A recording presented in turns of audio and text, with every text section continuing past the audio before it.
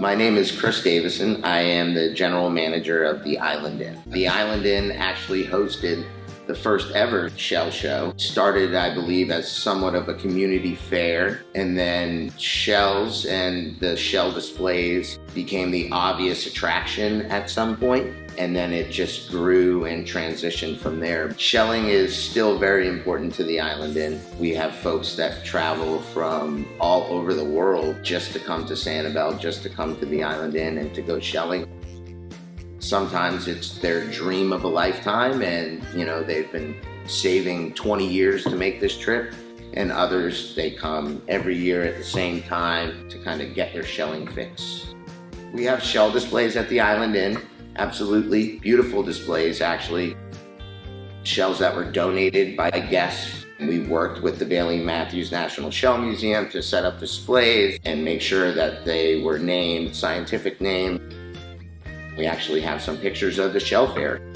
The shell show is definitely important to the island, as shells and shelling are important to the island. I think it's a gateway to education, appreciation of the greater environment here on Sanibel Island. But you can use that shell to make the next step to get folks to really care about not only the shell, but the animal in the shell, the environment which that animal came from. I think it plays a huge role in Sanibel Island, both historically and today.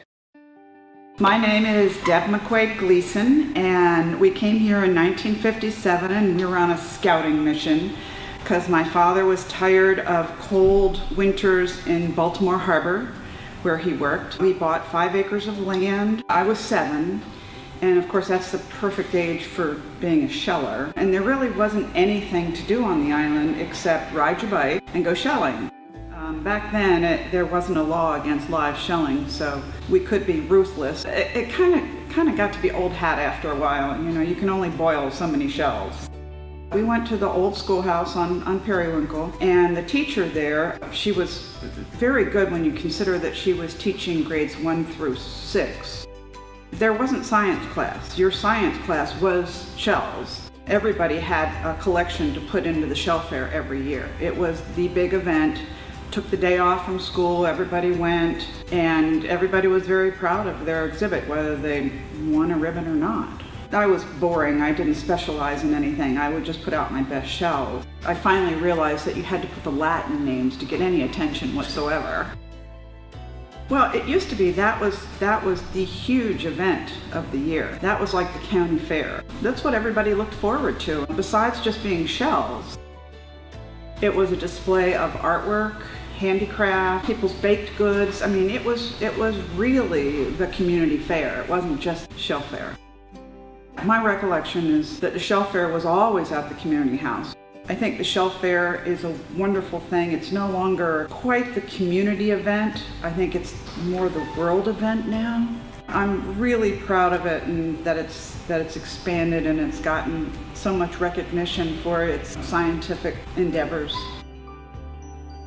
My name is Teresa Riska Hall, and I have the unique pleasure of managing the community house as the executive director, and that is run by the Sanibel Community Association. I came to the island in 1983 as a college student. Worked on the islands for a lot of years. I've been with the community house since November of 2011. So it was more of a country fair atmosphere. And so now over the years, we try to have elements of that. The Sanibel Captiva Shell Club was asked to take over the show in 1963. They needed somebody that would really take that as a priority and make that into the world-renowned show that it is today. The Shell Club has really developed a scientific area and an artistic area that are bar none outstanding throughout the world. They come from all over the world, so it helps our economic development. It helps locally. Businesses are busy, the people stay locally. Even the islanders who live here will still come out year after year to see those displays and to partake of the atmosphere of fun, community, the socialization that is so important. That's always been an important part of our mission, is to make it a small town atmosphere and keep all of the groups working together, because there are many groups that work at the house. I just would like to say that the community house is an important piece of the history and island life. The Shell Show is the most important piece to the community house and its annual fundraising, so that we can keep the rents low for those groups that are coming in. Well, I'm Richard Johnson, and this is my wife, Mead. We are the third generation of the operation of Bailey's General Store.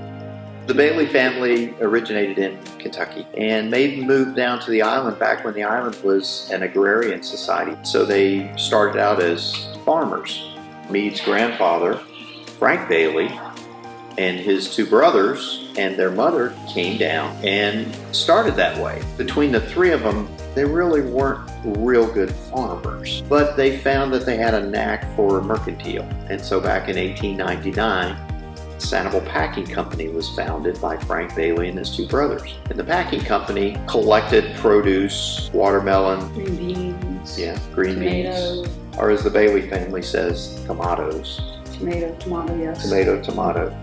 Well, from what I understand, Granny Mead Matthews, who started the Island Inn, started the Shell Show. I think she started the very first one, and then it progressed from there into being a very big event for the island. I entered as many shows as we could as kids. I don't think I got any outstanding ribbons or anything. I want to say in my time it was probably less scientific and more artistic. For us, it was a big deal. It was just, I think, as a child, it was a fun event for us.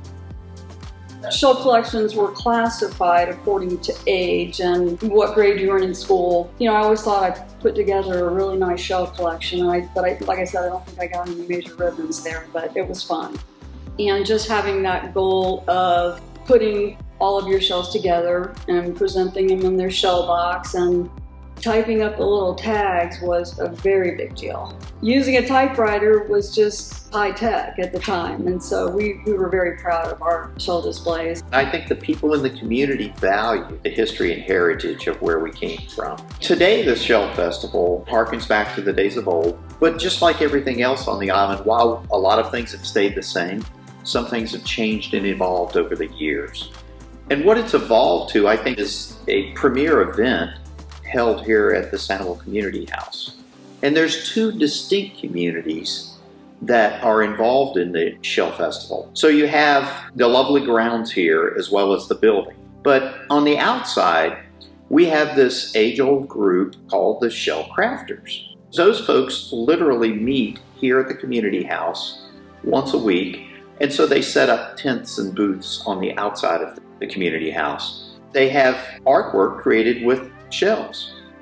Now let's change that just a little bit. Let's take a trip inside the community house. When someone comes to the inside, they're going to find that it's the Shell Club that's on the inside. And the Shell Club has their focus on two areas. One is artistic, but then there's also scientific applications and the scientific demonstrations and presentations that make up the Shell Club. While the Shell Crafters sell their wares, and the net proceeds of that go to help support the community house, because as we all know, we have a beautiful facility here in our community. Historic, we're sitting in the historic room that Frank Bailey was involved in helping to get started. We still have this historic value here, but we've also renewed the community house. The Shell Crafters are very generous with their time and effort, and all that money goes to the community house itself, the SCA. Whereas the Shell Club, on the other hand, takes a little bit different focus. They provide grants, educational opportunities for folks that are involved in the study of mollusks. It works out really well. Great balance here.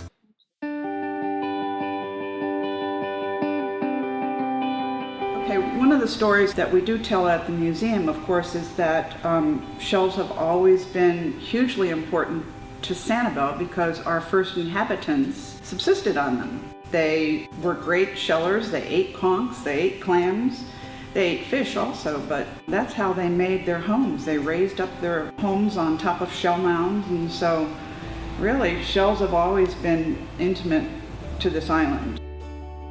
My favorite shell would be the horse conch. When they're babies, when they're only like 3/4 of an inch long, they're that bright orange with that little tiny white top. And then when they grow to be adults, they can be as large as 2 feet. So, I mean, they're just wonderful shells. But I am a shell collector. I still collect shells. I love to be on the beach. Shells are amazing. Mead's eyes are focused on the ground beneath her feet. For sure. Yes, I absolutely have a favorite shell, and that would be the orange pecten. I'm particularly into minis. Any mini shell that I can find.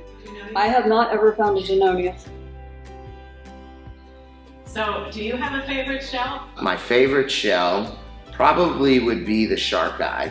Love that shell, it's so beautiful, and my daughters love it too, and it's a good teaching tool, I think, as well. I mean, like, I love the Florida horse conch. I found a huge one. They're kind of a peachy orange color. I love the lightning whelp because it opens on the left-hand side. Usually the ones in my office are ones that have been given to me over the years from Shell Festival people. It's a fascinating pastime, and it's one that is addicting